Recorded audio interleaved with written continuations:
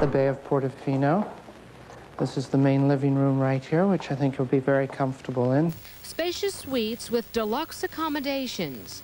You guys presented yourself as going to hopefully a 5-star, to be a 5-star hotel. That is our goal, that is our aim. And 5-star, 5-diamond takes a couple of years to earn. Loews CEO John Tisch says opening such a grand hotel has had its problems, but none that won't be solved in time for its grand opening. That the theme park is open, that we can now piggyback with Islands of Adventure, the original theme park, and City Walk, and now at Universal Studios Escape, you truly have a destination.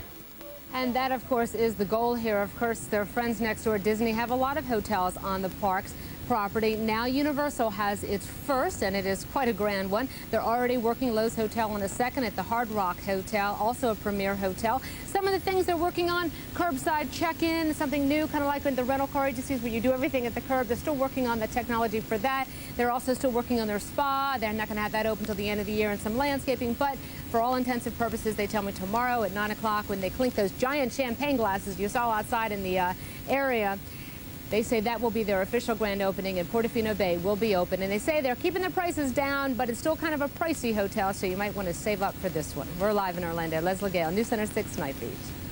Bella.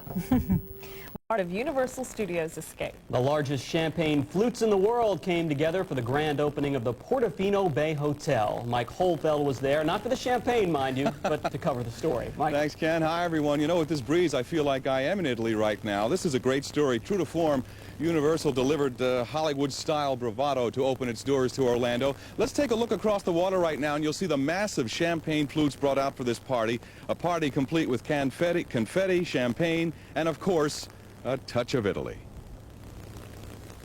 We're open, we're here, and we're going to be the finest hotel in Orlando, the finest hotel on the East Coast, and the finest Italian setting in the country.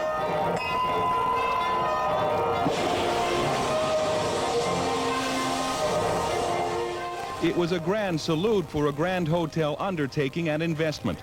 The 750-room Portofino Bay Hotel, a classic recreation of the Italian seaside village of Portofino, Italy.